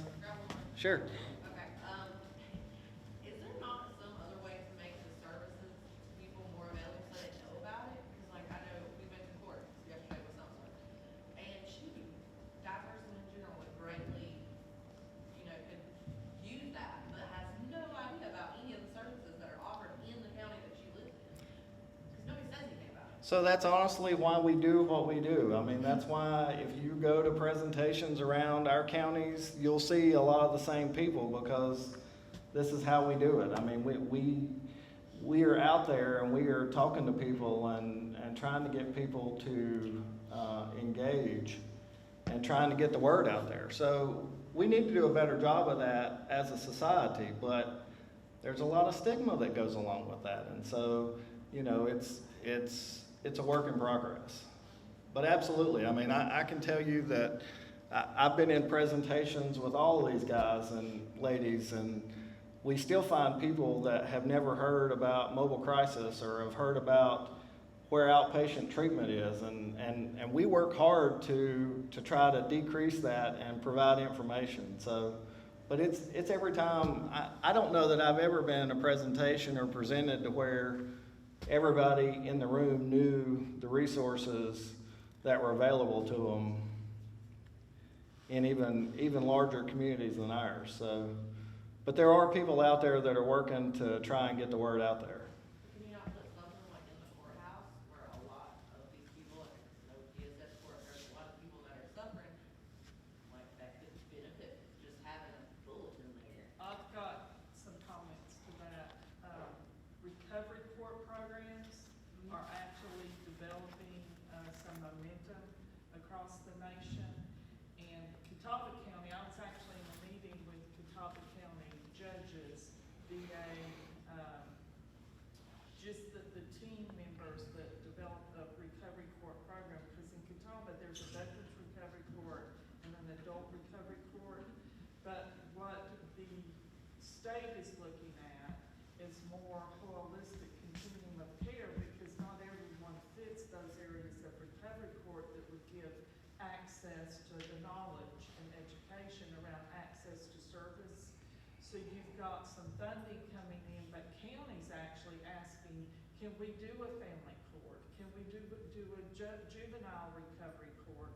Because recovery courts lead them to the support and access, and again, that education knowledge, because it's one thing to go into a court setting in your court order to get an assessment, but then you don't know where to go. But if you're in a recovery court setting, you have a care coordinator, you have peer support, you have a team working with you to get you the availability of the resource. But then I also wanted to make two other comments. Stigma. Whenever you think about stigma and then the wait list, part of that has to do with the politics as well in reference to the funding streams. It's an election year. Not everyone in Catawba County understands brain health or the disease of addiction. So you have individuals in the county that may vote, and I'm just using this as an example, against a sheriff that's going to promote medication-assisted treatment within his jail because they're thinking these individuals need to be locked up. They don't need to be given opportunity for this MAT. So that's where we need to educate more in the community about, you know, brain health, it's disease, it's medical. We actually need to be able to support and actually bring in additional funding. At the federal level, there's more money going into heart disease or diabetes than there is into brain health type areas. And it's because of the stigma associated. So more of these information type sharing sessions is hopefully going to reduce the stigma. And then the last thing I want to say is peer support. That is one of the greatest movements that actually Department of Health and Human Services and actually the field has brought into service, because we need more individuals with their boots on the ground that understand brain health, because they've been there, whether it is mental or whether it's addiction or co-occurring, but they are being trained professionals to help individuals in the community to get linked into services, or if there are wait lists, then they're there to help support individuals while they're waiting. So that also is a great movement to get linked into some peer support to even broaden the education and support. I have a question. In talking about stigma and getting into the community, so my question with that is, who are you guys partnering with? Because in the African American community, that stigma is there. I'm not going to talk about mental health. I'm not going to talk about my drug addiction. I don't know where to go. They're already looking at me a certain way. So a lot of times getting into the churches, you got to partner with someone to even be able to get into certain communities. So not to say, well, to say, you know, if you just try to walk in, you're not gonna be accepted. Right. Because they're already thinking, okay, they're looking at me a certain way.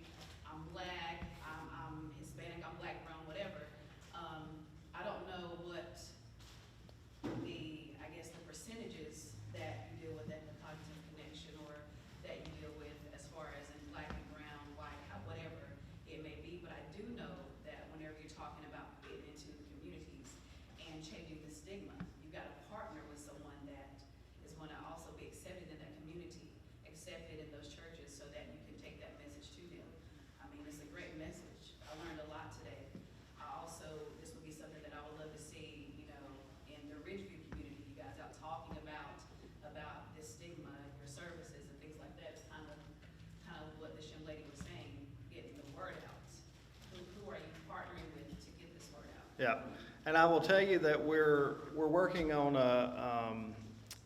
a community calendar right now, because what ends up happening a lot of times is that there are events that we want to go to and we don't know about them. And so what we're trying to do right now is actually create, and Renee has been instrumental in that, is to create a resource calendar to where everybody can put their events. So number one, that we can go there and present, have a table set up, talk to people, but also not detract from other events. So, you know, we'll talk about Recovery Happens, what Renee and them are doing. So if us as Catawba Valley Healthcare were looking at doing it something for Recovery Month, then if we had that calendar, then we would know that Renee was doing that. We could be a part of that instead of being, you know, taken away from that. So we're working on that, but, you know, I speak for all of us that presented, the agencies, that we're more than welcome to, or more than willing to come and talk to whoever we need to talk to and get the word out there in the community, so.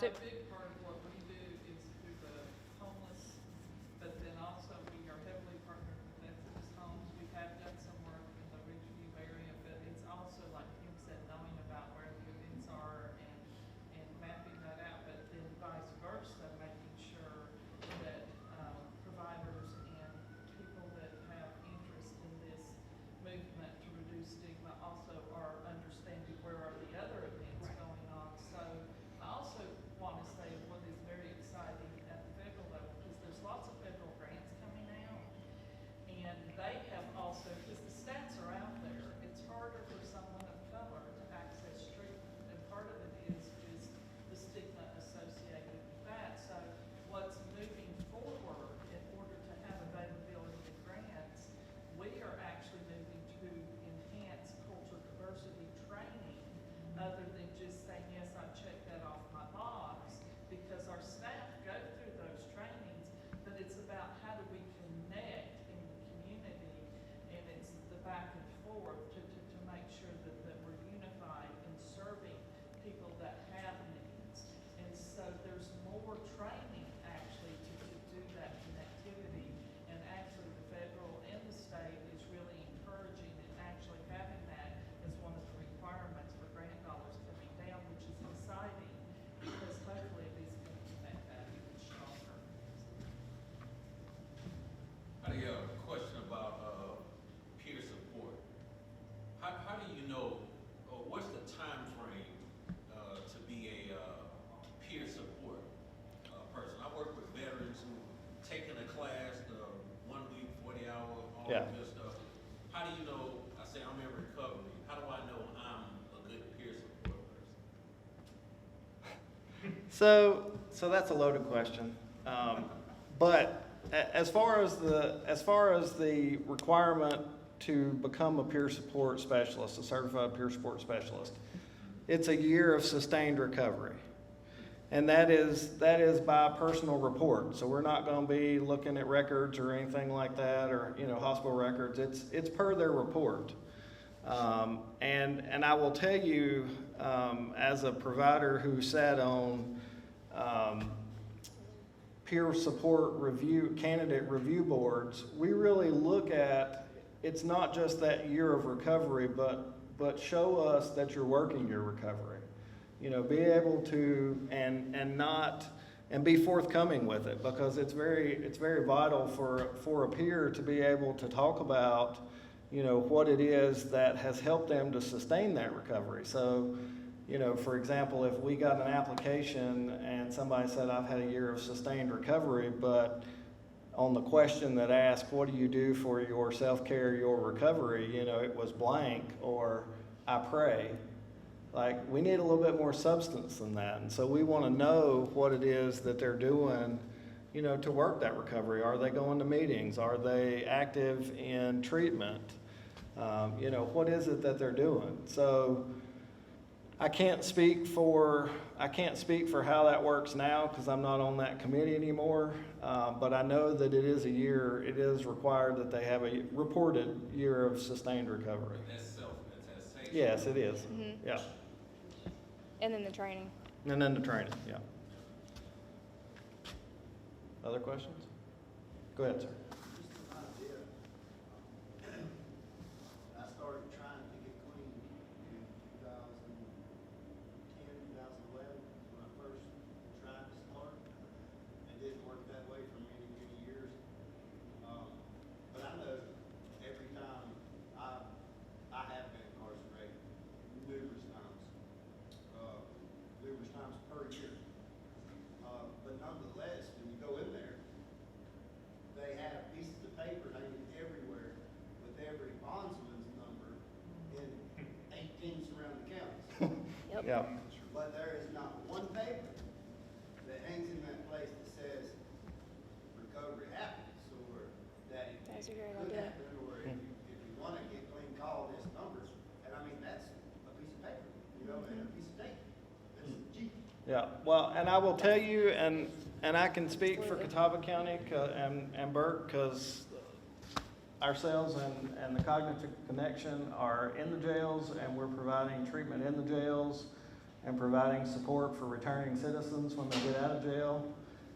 And we do that through grants. And so our hope is that, number one, that we support the people who are working on their recovery. We support the people as they are coming out of jail, but also that people will see through the work that we do and the data that we provide back to our grantees that what we're doing works, that trying to keep people from becoming incarcerated to start with, trying to put treatment in place in jail while they're in there so that they can go ahead and start that process, and then when they get out, they have that support, and showing that that support is beneficial is what, as Julie said, that's what changes policy, and that's what starts getting funders and getting politicians to say, hey, if we put this in place, this might save us some money, because that's what that's about. You know, it's, for us, it's about supporting people at every level of their recovery or through their walk, but What Dr. Meek, one of the slides said that 65% or 60% plus 20%, so 80 to 85% of people that is incarcerated is drug related. But there's, you know what I mean? It kind of seems like It's- there's that many. It seems like there would be a paper somewhere in that facility that says, hey, you don't got to do this anymore. absolutely. And It goes back to the stigma. We've been in the judicial system since our existence, and it goes back again to if someone is out there and they choose, because people think people are choosing to use, and in reality, it's a disease of addiction. It was, very well laid out here, but the stigma is that if someone chooses and you commit a crime, then you need to be punished. And so it goes against that judicial concept of what the majority of our community believes. It needs to be dealt with through jail time or prison time. In reality, it needs to be treated as a disease. So whenever I need help, yeah, you may need to face those consequences because you did commit a crime, but you also need to have some assistance. And so some exciting news that has come down the pike is if I commit a crime and I come in and I have a heart disease and I'm on medication, whenever I enter into a jail or a prison setting, guess what? I'm going to be given those medications because, again, I have to have those in order to be healthy. If I come in and I'm an opioid user and I may or may not, let's say I am on Suboxone and I come into the jail, I'm not going to be able to access that Suboxone. Or if I go into a prison setting, I'm not going to be able to access that Suboxone. But here recently, the American Disability Act has overturned that to where now the jails are actually moving towards, no, they have the right to have the medication that's going to keep them healthy from this disease. And so that's what Tim was also alluding to, is that Catawba has moved forward with Catawba Jail MAT.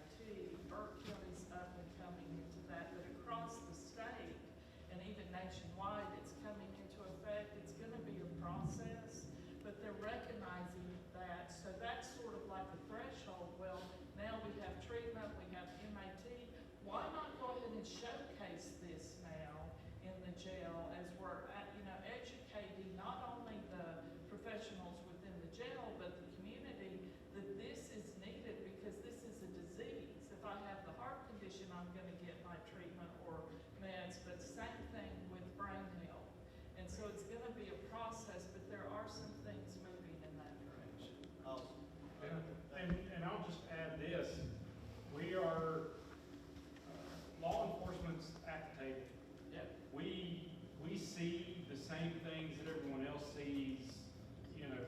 believe it or not, we don't enjoy arresting people.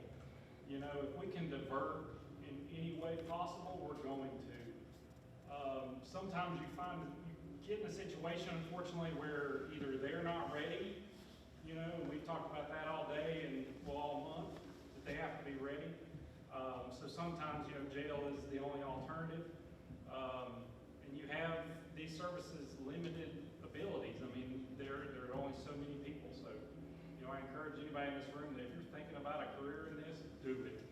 We desperately need you. Yeah, and to the young lady's comment before, sometimes we just need somebody like yourself to kind of help us get in the door. Yep. Yep. I will say, I think this is one area that we do need to focus in that particular community that you mentioned. Absolutely. But we do have a good relationship in that community with a lot of folks, and I'm sure would be more than willing to talk about any ideas you might have. Absolutely. Just kind of piggyback on what you said. I came home, I got out of service in 2009. I had traumatic brain injury, post-traumatic stress disorder, the whole list, about like everybody else in my life. But when I came home in 2009, I was struggling, and I didn't go to the VA. I didn't get the help that I should have, which led to self-medication. But then, I think, you know, 6 months or so from the time I was out, I was incarcerated. Like I said, numerous times. And I look back and I think about people that go in there today and just, if they did happen to see something hanging in that window, if it could potentially, I mean, just if they have one, you know, just one, then it done its job. Oh, yeah. But, No, what you're saying is absolute common sense, and it's, if I have any power in that, I'll try and talk to somebody. Might have to wait for after the election year. But no, you're absolutely right. But we do need to emphasize that we already have people there. And I can tell you from firsthand experience that when I know folks are unfortunately having to go into jail, but they could benefit from these services, I'm calling ahead. I'm calling Tim or one of his staff, or the folks at Cognitive, and saying, hey, here's Joe. He's just gotten, it's out of our hands. It was a secured bond from a judge and blah, blah, blah. We know he's an addict. Can you get somebody in front of him just to see? But at the end of the day, again, they have to be willing. If you can't make them, so. thank you. Tim, will you and Jamie say who you are? Oh, yeah. We forgot that. I forgot that. We was trying to get up here and That's get not out important. incognito. Hey, I'm Tim Lentz. I'm the CEO of Catawba Valley Healthcare, formerly Catawba Valley Behavioral Healthcare. We just changed our name back in December, I believe, of last year because behavioral is stigmatizing, and so we decided to become Catawba Valley Healthcare because that really speaks to what we do. So we took out the behavioral. We still provide it, but it's stigmatizing. We have people, I can't tell you how many people come into our office and they hesitated about the word behavioral in our sign and said that they were worried about coming in because of who would see them. And so as our discussion progressed and the Catawba Alliance for Recovery was formed, we really got to the point where if we are not addressing the stigma, then we are part of the stigma. And so we really wanted to change our language and change our name. I don't need that. I'm Jamie Rao. I work for Kintegra Health. So we have primary care locations. We're a medical facility company, but we also have moved into the schools. And so I'm the regional lead over this area. So we are in all of Hickory City schools, K through 12, all of Newton Conover City schools, K through 12, and all the middle and high schools for Catawba County. And we'll be moving into the elementary schools as well. So hopefully that is another way to bridge some of that gap and the stigma I have kids who will yell out in class, I better go see Miss Jamie or I'm about to get pissed off. Like, I'm like, heck yeah, like that's reducing the stigma. So that's a really cool thing that I've been able to see across the board is kids coming in, having a rough day and having a therapist there on site. We have one therapist at each site pretty much. So they're like a full-time staff member. So that's why I love working for Kintegra. The CVCC has a Kintegra Health She's right here. counselor on our campus, work with our students specifically. Jennifer is here today. So it's not just in K-12. It's Yeah, thank you, I forgot It's that. on up into adult schools, so we're glad to have her, and she's been wonderful. But this whole conversation, you can see I had over 200 seats out, and we were hoping to have over 200 people in here today. You can see how many have come, and I'm so grateful to you, but that just shows how much more we need to get the word out, and how much more it's gonna take to become a community that truly supports recovery. So please take the information, share with your family, with your friends, with your coworkers, with everyone, because that's the only way you can get it out there. So I appreciate the fact that you all come.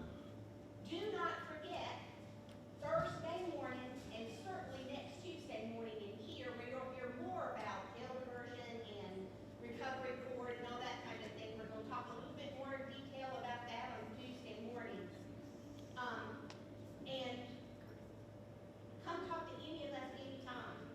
I will tell you that everybody here that presented has a business card and they'll be happy to give it to you. So, you know, we're willing to collaborate and want to collaborate because we really do believe in this mission of recovery and reducing and ending the stigma related to brain health. Thank y'all for your time. Now,